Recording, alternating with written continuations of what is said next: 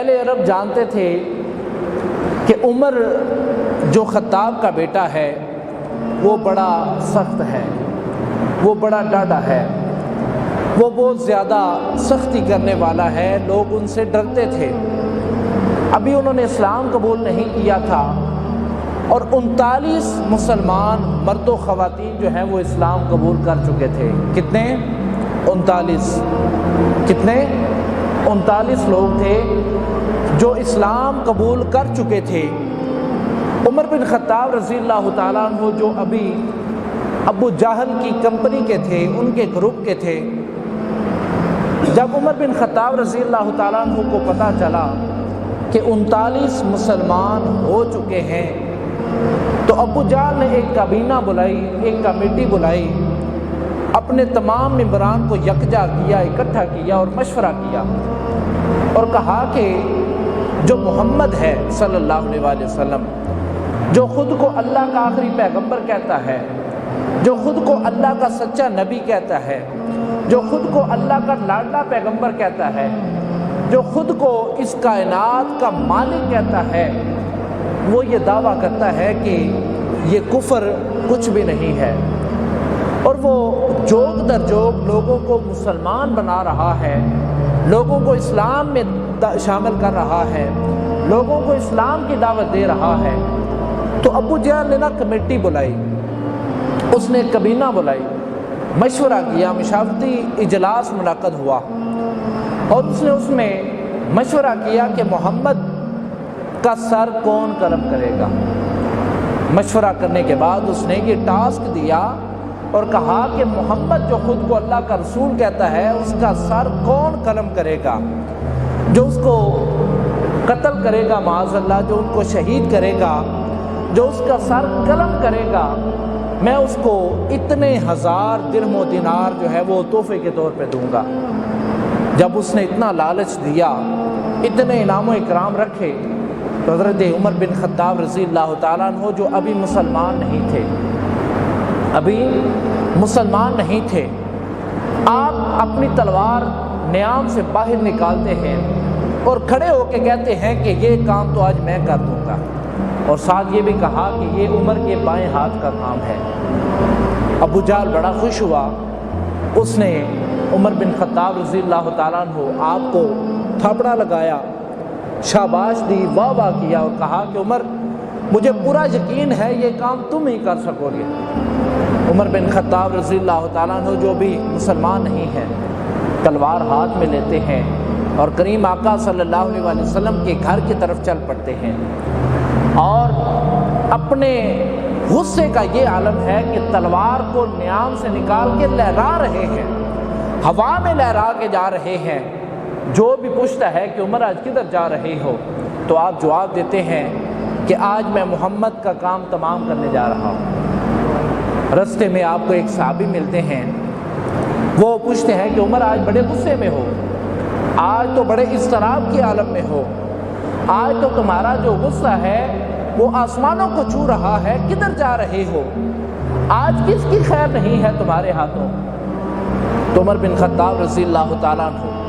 آپ فرماتے ہیں کہ آج میں مسلمانوں کا جو نبی ہے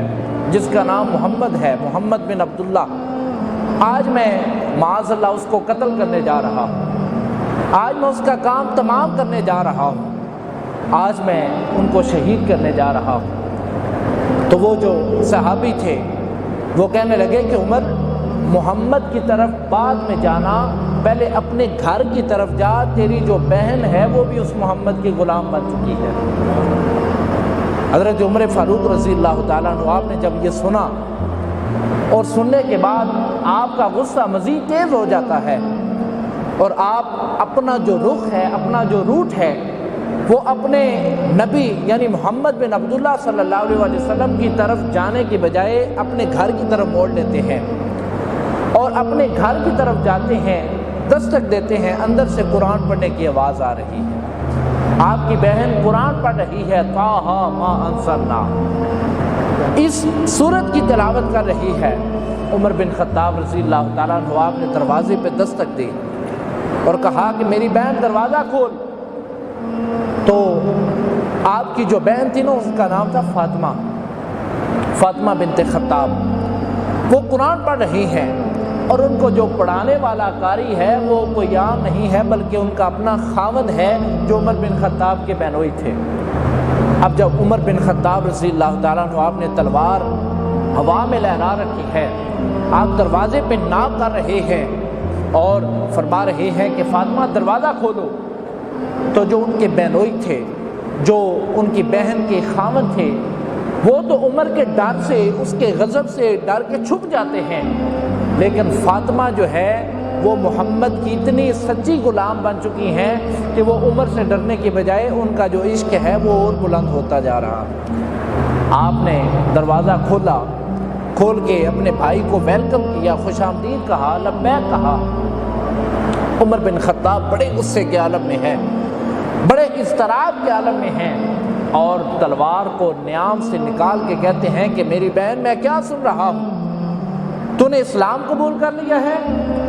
اور یہ جو تو کلام پڑھ رہی ہے یہ کیا پڑھ رہی ہے؟ تو عمر بن خطاب کی جو بہن ہے، آپ کی جو ہمشیرہ ہے، آپ کی جو سسٹر ہے،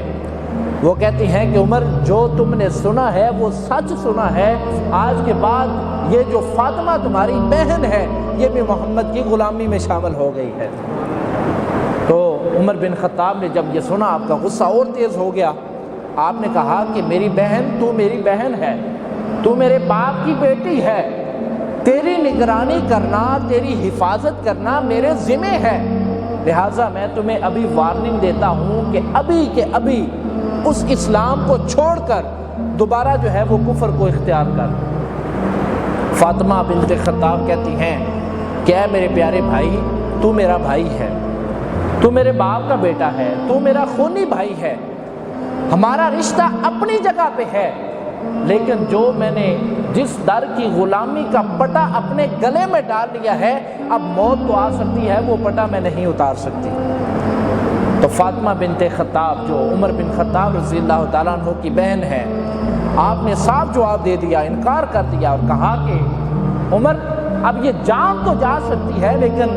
فاطمہ کے دل سے ایمان نہیں نکل سکتا۔ تو عمر بن خطاب نے کہا کہ تو میری بات کیوں نہیں مان رہی؟ میں تمہیں وارننگ دے رہا ہوں کہ اس اسلام کو چھوڑ کے واپس اپنے مذہب میں آ جا، واپس کفر میں آ جا، لیکن وہ کہتی ہیں کہ عمر اب یہ نہیں ہو سکتا۔ حضرت عمر بن خطاب نے اپنی بہن کو گریبان سے پکڑا، اور بعض روایات میں آتا ہے کہ بالوں سے پکڑا، اور پکڑ کے آپ گھسیٹنے لگ جاتے ہیں، مارنے لگ جاتے ہیں، زد و کوب کرنا شروع ہو جاتے ہیں۔